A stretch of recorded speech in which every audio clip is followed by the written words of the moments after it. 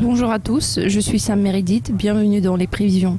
Aujourd'hui, nous nous pencherons sur la paire livre sterling-euro à la lumière des données du climat des affaires allemands qui viennent de paraître. Mon invité aujourd'hui est le partenaire de Llewellyn Consulting, Russell Jones. Russell, l'indice CFO du climat des affaires allemands publié vendredi a montré la poursuite de la croissance pour le 7e mois consécutif, cette fois-ci à la marque de 108,6. Ces données ont généralement tendance à avoir des répercussions importantes sur le marché. Pourtant, est-ce qu'elles ont affecté vos prévisions pour un mois au niveau d'à peu près 0,71, 0,73 ? Je crois qu'au cours du prochain mois, la livre sterling sera confrontée à de nombreux défis, ce qui sera dû en grande partie aux facteurs politiques et pas aux développements économiques. Il est à noter que l'incertitude générale par rapport aux résultats des élections suggère que, quelle que soit la performance de l'économie, la livre pourrait se déprécier légèrement au cours de cette période.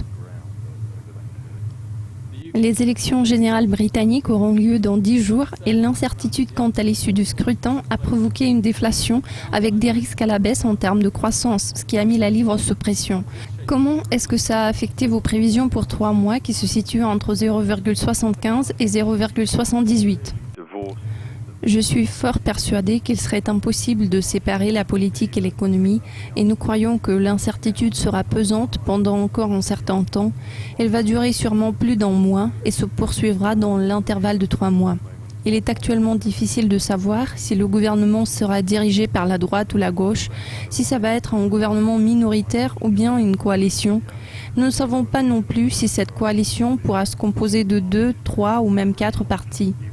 En ce qui concerne l'impact sur la politique économique, il est extrêmement opaque en ce moment. J'envisage beaucoup de difficultés sur le chemin de la livre sterling dans les 3 mois qui vont suivre. Il n'est pas exclu que nous devions faire face à une période que nous n'avions pas vécue depuis les années 1970 au Royaume-Uni, c'est-à-dire une période d'incertitude politique accrue où les gouvernements avaient eu beaucoup de difficultés à rester au pouvoir et à mettre en œuvre des politiques économiques optimales. Il est à craindre que cet environnement puisse être répété et ce serait très inquiétant pour le marché financier.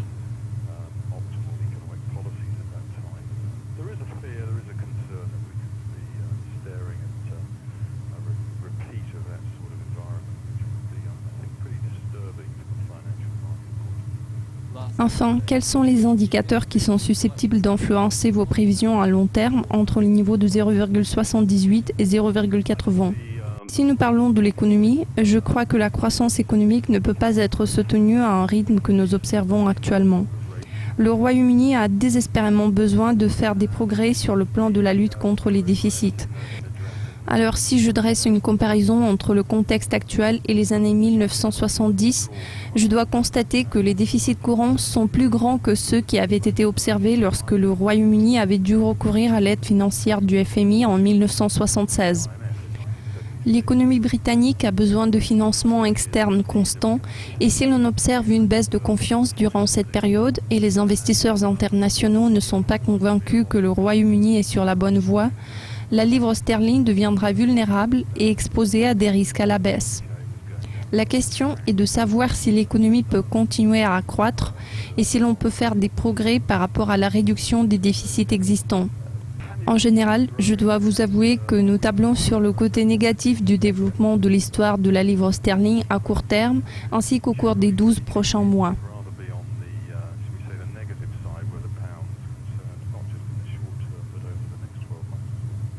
Russell, je vous remercie de votre participation. C'est tout pour l'instant, mais restez à l'écoute de Dukascopy TV tout au long de la semaine pour plus de prévisions et de mises à jour financières.